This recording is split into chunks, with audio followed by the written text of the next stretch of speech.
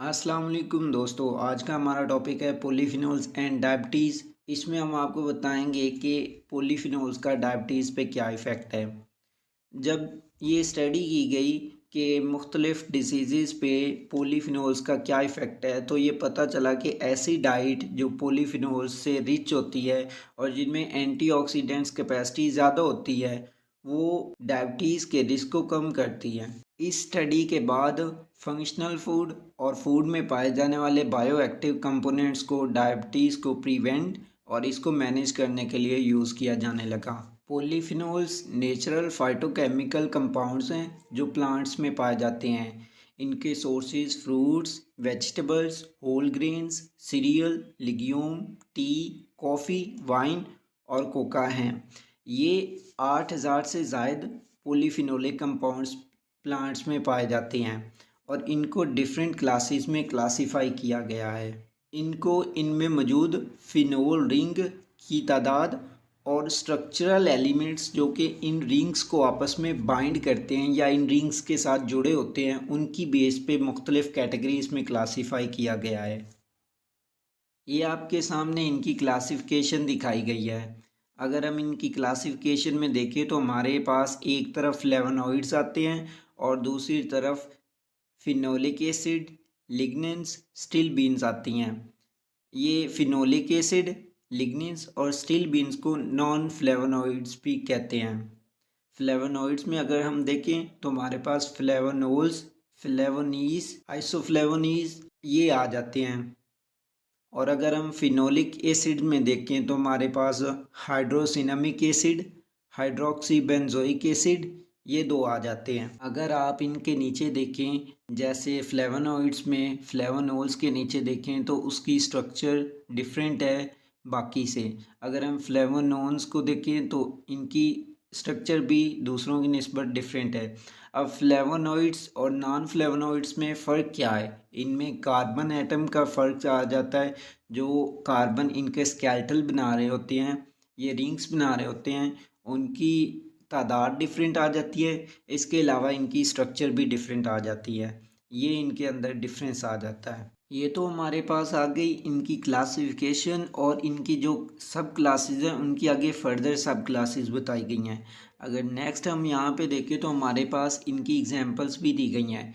जैसे अगर आप लेफ़्ट साइड पे देखें तो फिनोलिक एसिड की एग्जांपल कैफिक एसिड दी गई है और फ्लेवोनोइड्स में देखें तो उसमें नीचे उसकी सब क्लासेस में भी एग्जांपल्स दी गई हैं। फ्लेवोनोल्स में देख लें तो EGCG ये उसकी एग्जांपल आ जाती है। और अगर फ्लेवोनोल्स में देखें तो क्वेरसीटीन इसकी एग्जांपल आ गई। और अगर हम फ्लेवोनीज में देखें तो लुटियोलिन इसकी एग्जांपल आ जाती है। अगर हम फ्लेवोनोन्स में देख लें तो हेस्पेरिडीन इसकी एग्जांपल आ जाती है। ऐसे ही सब की यहाँ पे एग्जांपल्स बताई गई हैं। पीछे हमने इनकी क्लासिफिकेशन पढ़ी है और यहाँ पे हमें इनकी एग्जांपल्स बताई गई हैं। इस स्लाइड में भी हमें वही बताया गया है। अगर हम पहला पॉइंट तो हम डिस्कस कर चुके हैं। सेकंड पॉइंट में अगर देखें तो वो कहते हैं फिनोलिक एसिड जो भी हम डाइट लेते हैं उस डाइट में पॉलीफिनोलिक कंपाउंड पाए जाते हैं, उनमें से उनका 1/3 पार्ट फिनोलिक एसिड्स होते हैं और इनको दो कैटेगरीज में क्लासिफाई किया गया है। वही हम पीछे बता चुके हैं, हाइड्रोक्सी बेंजोइक एसिड, और इसमें इसके आ जाते हैं डेरिवेटिव्स। ये आगे इसकी एग्जांपल दी गई हैं जितने भी ब्रैकेट में नाम बताए गए हैं। और दूसरी इसकी कैटेगरी आती है हाइड्रोक्सी सिनामिक एसिड और इसके डेरिवेटिव्स आ जाते हैं जिसमें ब्रैकेट में ये कैफिक एसिड और आगे ये बाकी एग्जांपल्स दी गई हैं। और इसके नीचे थर्ड पॉइंट में अगर देखें तो वहाँ पे इनके सोर्सेज बताए गए हैं। Berry fruits, kiwi, cherry, apple, pear, chicory and coffee are the food with high content of these phenolic acids. सबसे पहले आता है पॉलीफिनोल्स का anti hyperglycemic effect. Anti hyperglycemic effect क्या होता है कि जब भी हमारी बॉडी में ग्लूकोज लेवल इंक्रीज़ कर गया है तो उस कंडीशन को कहते हैं हाइपरग्लाइसीमिया। और इसको कम करने के लिए फिनोल्स का क्या इफ़ेक्ट होता है उसको कहते हैं एंटी हाइपरग्लाइसीमिक इफ़ेक्ट। हमारी बॉडी में हाइपरग्लाइसीमिया होता क्यों है? जब भी हमारी बॉडी में कार्बोहाइड्रेट मेटाबॉलिज्म सही तरह से नहीं हो रहा होता या फिर किसी भी पर्सन में इंसुलिन की रेजिस्टेंस पैदा हो जाती है, तो इस वजह से वो टाइप 2 डायबिटीज़, जिसे हम non insulin dependent diabetes mellitus भी कहते हैं, ये हो जाती हैं। और इस वजह से इन दो वजूहत की बुनियाद पे उसमें हाइपरग्लाइसीमिया की कंडीशन पैदा हो जाती है। सेकंड पॉइंट में हमें हाइपरग्लाइसीमिया की कुछ मज़ीद रीजंस बताई गई हैं।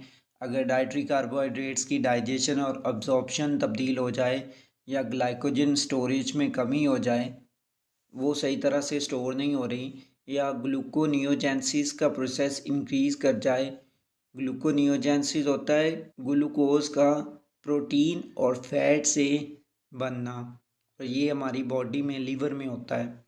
ये प्रोसेस हो जाए तो भी हमारी बॉडी में ब्लड में ग्लूकोज लेवल इंक्रीज़ कर जाता है। और अगर इंसुलिन रेजिस्टेंस की कंडीशन पैदा हो जाए कि इंसुलिन पैदा तो हो रही है लेकिन उसने जिन टिश्यूज़ पे जाके एक्ट करना है, उन्होंने उसके अगेंस्ट रेजिस्टेंस पैदा कर लिया है। हमारे मसल्स या हमारा लीवर, उसमें ग्लूकोज को स्टोर करने के लिए हमें इंसुलिन की ज़रूरत होती है। इंसुलिन जाके रिसेप्टर पे अटैच होती है और वो पाथवेज जिनके थ्रू ग्लूकोज जाके लिवर में या मसल्स में स्टोर होगा वो ओपन हो जाते हैं। जब वही रिसेप्टर सेल्स इंसुलिन के अगेंस्ट रेजिस्टेंस पैदा कर लेते हैं तो उस वक्त हमारा ग्लूकोज जाके स्टोर नहीं होता है और हमारे ब्लड का शुगर लेवल इंक्रीज़ कर जाता है और इससे भी हाइपरग्लाइसीमिया हो जाता है। और नेक्स्ट पॉइंट में वो हमें बताते हैं कि जब इंसुलिन सिग्नलिंग पाथवेज में भी डिफेक्ट आ जाए तो इससे भी हाइपरग्लाइसीमिया की कंडीशन पैदा हो जाती है। कुदरती तौर पे पाए जाने वाले बायो एक्टिव कंपोनेंट्स और फाइटोकेमिकल्स में से पॉलीफिनोल्स बहुत ज़्यादा मशहूर हैं। एक तो उनके कोई साइड इफ़ेक्ट्स नहीं होते, वो सेफ़ होती हैं, और सबसे बड़ी बात कि वो एंटी हाइपरग्लाइसीमिक इफ़ेक्ट रखते हैं। वो हाइपोग्लाइसीमिक इफ़ेक्ट कैसे प्रोड्यूस करते हैं? या तो वो हमारी इंटेस्टाइन में कार्बोहाइड्रेट्स की अब्सॉर्प्शन को रिड्यूस कर देते हैं, या फिर ग्लूकोज के मेटाबॉलिज्म में इन्वॉल्व एंजाइम को मॉड्यूलेट कर देती हैं, बीटा सेल के फंक्शन को इम्प्रूव कर देती हैं, इंसुलिन के एक्शन को इम्प्रूव कर देती हैं, इंसुलिन स्क्रीशन को स्टिमुलेट कर देती हैं। इसके अलावा उनकी एंटीऑक्सीडेटिव और एंटी इन्फ्लेमेटरी प्रॉपर्टीज़ भी हैं जो कि हाइपोग्लाइसीमिक इफ़ेक्ट पैदा करती हैं।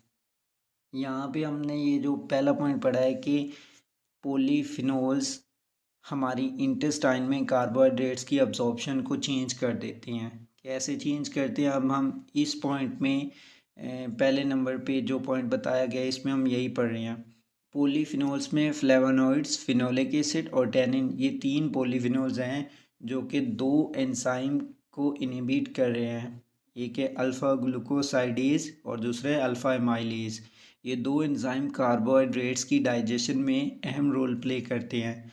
जब इनको रोक दिया गया है तो अब देखिए आ गया ना कार्बोहाइड्रेट्स की अब्सॉर्प्शन में एक चेंज, तो इस वजह से ये इस तरह अपना रोल प्ले करती हैं और हाइपरग्लाइसीमिया की कंडीशन को कम करते हैं। सेकंड पॉइंट में आता है कि पॉलीफिनोल्स का डायबिटीज़ में ब्लड ग्लूकोज को मेंटेन करने में अहम किरदार है। लास्ट पॉइंट में हमें बताया गया कि इन विट्रो एनिमल मॉडल और कुछ क्लिनिकल ट्रायल्स में जब स्टडी की गई तो हमें पता चला कि पॉलीफिनोल्स का कार्बोहाइड्रेट मेटाबॉलिज्म में और ग्लूकोज को मेंटेन करने में क्या रोल है।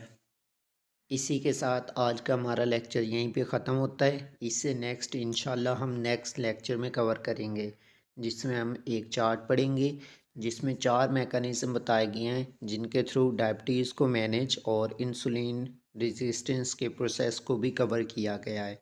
और आगे थोड़ी सी स्लाइड्स रहती हैं जिनमें और अच्छी तरह से और डिटेल में इसको समझाया गया है, वो भी हम इंशाल्लाह नेक्स्ट लेक्चर में ही कवर करेंगे।